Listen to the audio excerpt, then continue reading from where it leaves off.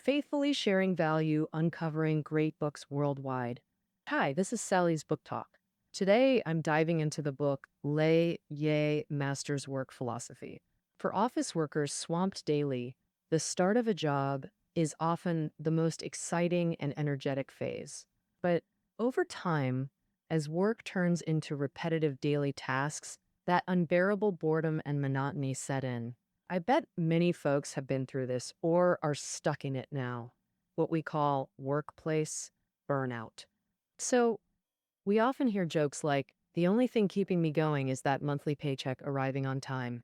The author, Kawamura Genki, born in 1979 in Yokohama, Japan, is a famous film producer who also hit career burnout. Kawamura is seen as a big success. Films he made, like Confessions and Your Name, are household names in China and Japan. Japan has a special award for film producers called the Fujimoto Award. Kawamura is the youngest ever to win that award. But then he found himself in a slump, unable to reignite his passion for work. But confused, he decided to seek advice from industry veterans. He interviewed 12 masters in Japanese art, like Hayao Miyazaki, Hiroshi Yamamoto, Yuan Kangkyu, and Tatsuya Nakadai. Focusing on what these masters were up to when they were my age, he chatted with them about how they pushed through tough times at work and how their iconic works came to life. From these talks, he found the core of their work philosophy is lei. What's that mean? It's all about loving your work deeply and snagging joy from it. Kawamura packed those interviews into a book to spread the lei wisdom. Up next, I'll tackle 3 questions to share the master's insights and secrets. First, how to hone that craftsman spirit on the job and spark your work passion. Second, how to keep that work fire burning steady. And third, how to juggle life and work to nail lei. All right, let's dive into the first big takeaway. How do you build that craftsman spirit at work? Japan is a nation that values the craftsman spirit, whose essence is pursuing ultimate perfection in work. For instance, making sushi for a lifetime like Jiro Ono, the god of sushi. Shinichi Gasan, a famous Japanese swordsmith, also spent his entire life as a blade maker. Only by constantly improving can you achieve real results, gain fulfilling feedback, and build deep belief and passion for your work. So, how do you hone that craftsman spirit at work? First, you got to stay patient, push yourself to excel.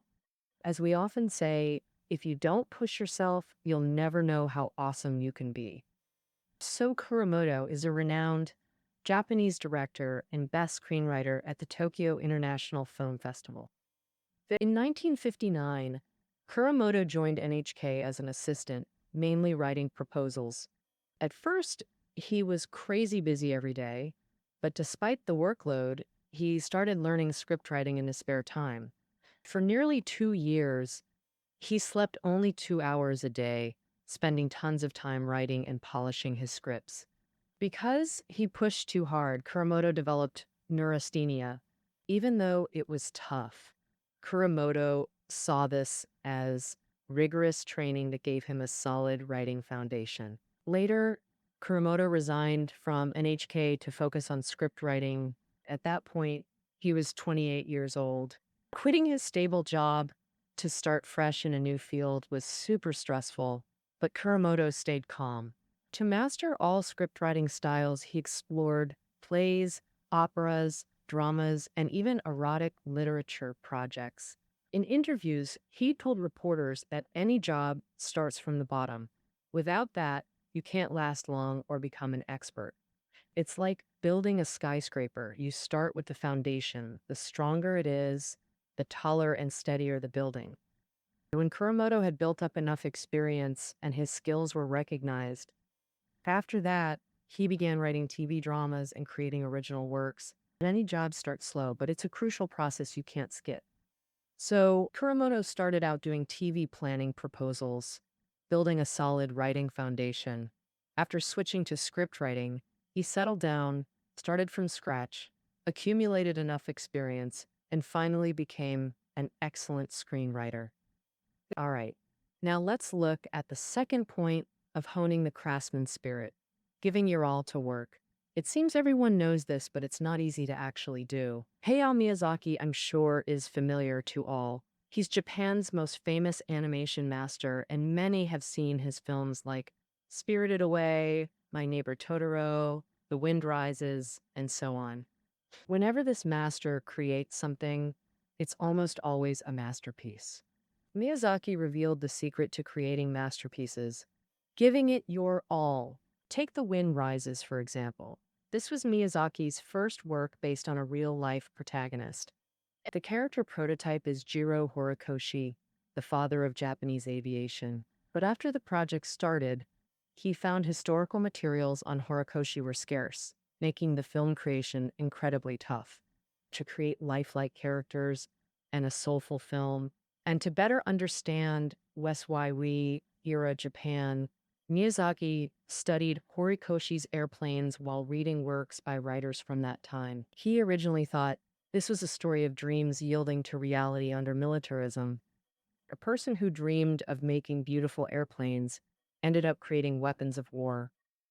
But after gathering tons of materials, Miyazaki found Horikoshi's story was totally different from what people imagined. And for Horikoshi himself, he was just always chasing his dream, no matter how things changed around him. Because of that, Miyazaki firmly deleted the war scenes he'd painstakingly made, because in Horikoshi's world, war never directly appeared. So in Wind Rises, Miyazaki restored Horikoshi's dream and story. The once dull historical character became vivid and profound, thanks to Miyazaki's efforts. Miyazaki admitted he faced huge creative pressure too. During Spirited Away, he even got temporary amnesia. Yet, even then, giving his all remained his top work principle. Finally, the craftsman spirit also requires creating something uniquely your own through continuous learning. In this regard, the approach of Ryuichi Sakamoto, Japan's famous musician, is worth learning for young people. When young, he worked as an actor for a period. When invited to star in the film Merry Christmas, Mr. Lawrence, he proposed a condition to the director. He would act only if he could also handle the film's music. This was a bold proposal, because although Sakamoto had been a singer, he had zero experience composing film music, but he decided he wanted to do it, so he learned. After deep research into past film scores, he discovered a key principle. Music works best where the visuals are weakest. Realizing this, Sakamoto made daring experiments in film scoring. Later, thanks to Merry Christmas, Mr. Lawrence, he won multiple awards, including the BAFTA for Best Original Score. Because of this attempt, years later, he composed for The Last Emperor, won the Oscar for Best Score, and became a master in film music. That's the content of part one. The craftsman's spirit demands pursuing excellence in work, creating fulfilling results that spark endless passion. Japan cherishes this spirit, and the masters Kawamura interviewed embody it to the extreme. Overall, it manifests in three aspects. First, stay patient and push yourself to excel. Second, give your all to work. Third, focus on innovation by learning new knowledge. All right, let's move to the second key point. How to sustain work passion. Achieving temporary success isn't hard. What's tough is keeping that passion alive, improving constantly, and achieving new successes. Everyone faces this at work. This is especially true for masters in the arts. Hiroshi Sugimoto, a famous Japanese photographer and Hasselblad Award winner, bluntly said in the interview, "Artists often lock into a style after fame, then repeat it to maintain status. But mere repetition has no value. It's better to retire." So, the first key to sustaining work passion is constantly pushing your limits. Yasushi Akimoto is a famous Japanese producer behind many catchy songs and popular radio dramas. At 29, already a renowned screenwriter, Akimoto chose to study in the US. Akimoto clearly recognized his professional limits. Even with hit shows, he felt rootless without formal training. He constantly feared he'd run out of talent someday and become a joke. And after this realization, Akimoto left Japan for New York to secure his creative future. Kawamura asked, "Aren't you afraid of losing everything by quitting?" Akimo replied, "Losing my current job isn't the real tragedy. What's unbearable is if someone else does what I dream of doing in 20 years." During his NYC studies, the song Endless Flow he penned became one of Japan's most iconic classics last century. After returning, he founded the girl group AKB48, revolutionizing Japanese entertainment. Akamoto never settled. From producer to lyricist to AKB48 creator, he endlessly explored what audiences loved. This drive to outdo themselves united all masters Kawamura interviewed. They never stopped, even in their 60s or 70s. Kotaro Sawaki is a famed Japanese nonfiction writer who started in the 1960s. In 1978, he won Japan's Nonfiction Award and Oya Soichi Prize for documenting a teenage murderer's crimes.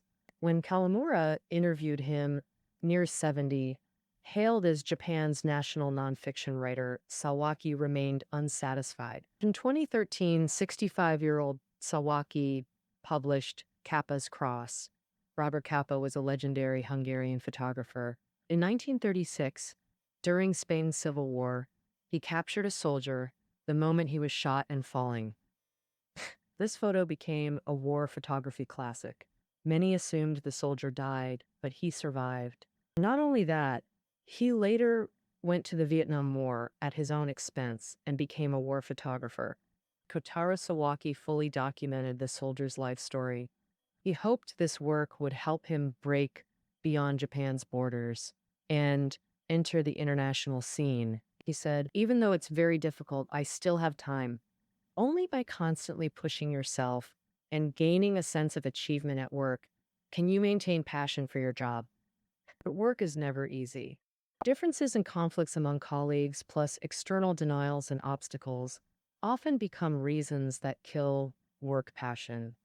So, how do these master artists handle this? The author interviewed Yoji Yamada on this, and he answered that often it's contradictions that help uncover breakthroughs at work. Yoji Yamada was born in 1931, a big name in Japanese cinema. He's been a director, screenwriter, and producer, directing films like Tokyo Family and The Little House. Yoji Yamada once looked down on movies like Roman Holiday, thinking they were just sappy romantic fluff. Because of this, he argued with his senior who scolded him. "Those scenes you find sappy, it's the quiet moments that show a director's true skill. In that silence, the audience hears the protagonist's unspoken words and endless thoughts." You need to study hard. Yamada calmed down, rewatched the film, and realized it was indeed true. From then on, he grasped a different kind of cinematic beauty. As a producer, Yoji Yamada often clashed with directors. When he wanted to scrap part of a script but the director disagreed, they'd inevitably argue. What seemed embarrassing actually brought unnoticed issues to light, helping solve problems. So, in the interview, he said directors and producers must argue often, just like they must drink together. Both are ways to communicate, as conflict with colleagues is unavoidable at work. If we view conflict with a heavy heart, we'll see it as something infuriating. If handled poorly, it can damage relationships and make it harder for colleagues to work together peacefully in the future. So why not learn from Yoji Yamada and treat conflict as a way to solve problems? Because only through clashing perspectives can new ideas emerge, just like brainstorming sessions, where arguing clarifies solutions. This approach not only avoids souring moods, but actually boosts work and maintains passion. The third secret is building conviction in your work, unshaken by external doubts.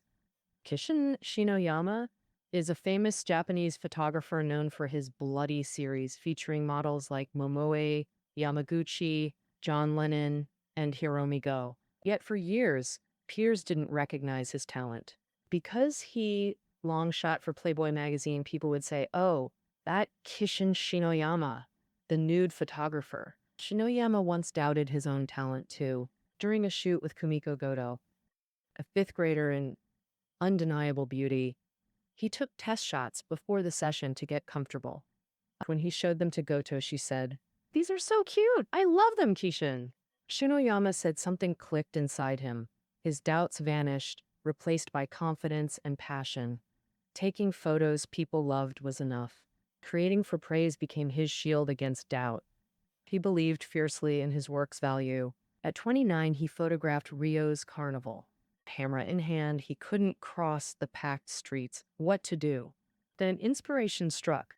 Why not join the revelers? So he held his camera loosely, dancing samba with the crowd. And from this perspective, he shot nonstop for 4 days, creating his masterpiece. Published as Death Valley, this collection finally won him Japan's photography acclaim, becoming his career-defining work. Right, that wraps up the second key point. In these interviews, the masters shared their secrets to sustaining passion. First, constantly push yourself to improve. Don't let work become repetitive, mechanical tasks. Second, approach work difficulties and colleague conflicts with a more positive mindset. Third, build belief in your work and career. Love your job and affirm its value. Now, let's move to the third key point: how to achieve work-life balance. Day after day, many feel kidnapped by work. It fills our lives, steals leisure time, and becomes the source of all stress and unhappiness. So, how can we achieve true lei? And how do we balance work and life? To this, the masters all gave their answers. Their answers boil down to 2 points. First, work hard while young to achieve career freedom by 35. So-called career freedom is about reducing external shackles on your career as much as possible. Kei Shori is a famed copywriter for Japan's Cebu department store and the marketing writer for the film My Neighbor Totoro. In advertising, agencies serve as party B to party A clients, meeting demands, even if reluctantly led around. But Kei Shori refused to be tied to any company. Finding a way to endure less was always his dream. Soon after college, Kei debuted as an independent ad writer, trying various jobs for multiple companies. This model made him highly independent, not relying on any one firm. He stayed calm even if a company failed or a deal collapsed. So, from the start, he was in the buyer's position, like nonfiction writer Kotaro Sawaki said. Grit your teeth for 3 years to create an outstanding calling card work. Kotaro Sawaki started writing in the 60s. Young, he wrote tons just to survive, feeling trapped without freedom. So he worked tirelessly, creating Terrorist Act, documenting a high-profile assassination in Japan, winning awards that cemented his status, becoming a freelancer unbound to any company. Second, never neglect life itself. Only those who truly observe life can bring creativity to work. Animation master Hayao Miyazaki deeply understands life.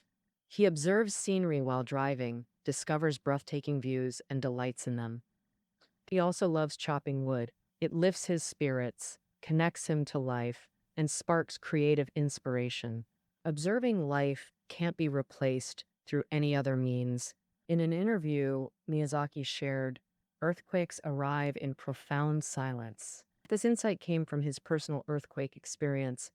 During that quake, he just finished storyboarding. The earth shook violently. He ran outside to no smoke, no birdsong, just stillness until the tremors ceased.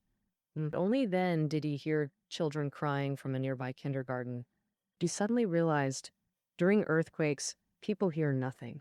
Only when awareness returns do sounds, children, dogs, flood back into consciousness. That's why Miyazaki's films depict earthquakes silently. Another life-focused master is Shuntaro Tanikawa, Japan's national poet.